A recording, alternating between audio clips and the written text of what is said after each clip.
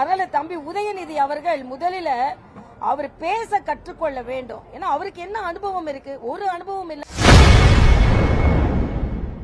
நேற்று செய்தியாளர்களை சந்தித்து பேசிய பாஜக மூத்த தலைவர் தமிழிசை சவுந்தரராஜன் துணை முதல்வர் உதயநிதியை கடுமையாக விமர்சனம் செய்துள்ளார். விட இது திருத்தத்திற்கு மக்களுக்கு ஆதரவாக இருக்க வேண்டும் என்று நான் கேட்டுக்கொள்கிறேன்.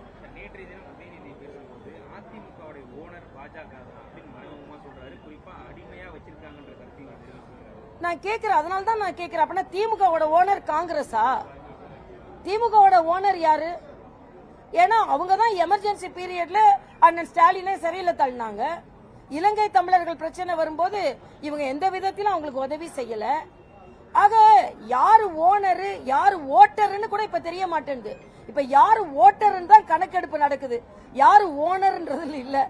அதனால தம்பி உதயநிதி அவர்கள் முதலில் அவர் பேச கற்றுக்கொள்ள வேண்டும். ஏன்னா அவருக்கு என்ன அனுபவம் இருக்கு? ஒரு அனுபவம் இல்லை. ஆனா நேற்று ஒரே மகிழ்ச்சி. ஏன்னா அண்ணன் துரைமுருகன் அவர்கள் தம்பி கதிர் ஆனந்துக்கு மாவட்ட செயலாளர் பதவி கொடுத்துட்டார் என்ற ஆசையில மகிழ்ச்சியில ராஜேந்திர சோழன் வரைக்கும் போயிட்டார். ஆக உன்னை கொடுத்து மாவட்ட செயலாளர் கொடுத்து கதிர் ஆனந்த் அந்த மாவட்டத்தை பிரிச்சு கதிர் ஆனந்துக்கு கொடுத்த உடனே அப்படியே அண்ணன் துரைமுருகன் தனக்கு ஒரு அங்கீகாரம் கிடைக்கல அப்படின்றதையும் மறந்து ராஜேந்திர சோழன் அளவுக்கு போயிட்டாங்க. அப்ப நீங்க தாங்க அடிமை கூட்டம். இது என்ன அரசாங்கம் என்ன நடக்குது? இது என்ன மன்னராட்சி நடக்குதா? ராஜேந்திர சோழன் ராஜராஜ சோழன் மாதிரி அங்க நீங்க தான் சொன்னீங்க இது மடமான்னு கேட்டீங்க. ஆனா இன்னைக்கு ராஜேந்திர சோழன் லெவலுக்கு போயிட்டீங்க. அப்ப இது மன்னராட்சி நடக்குதா மக்களாட்சி நடக்குதா? மன்னராட்சி என்று அவர்கள் கட்சியை சார்ந்தவர்களை ஒப்புக்கொள்கிறார்கள் என்றால் தமிழகத்தில் எங்கே ஜனநாயகம் இருக்கிறது? உதயநிதிக்கு என்ன உரிமை இருக்கிறதுங்க? இன்னைக்கு எதன் மூலமா வந்தார் அவர் துணை முதலமைச்சரா?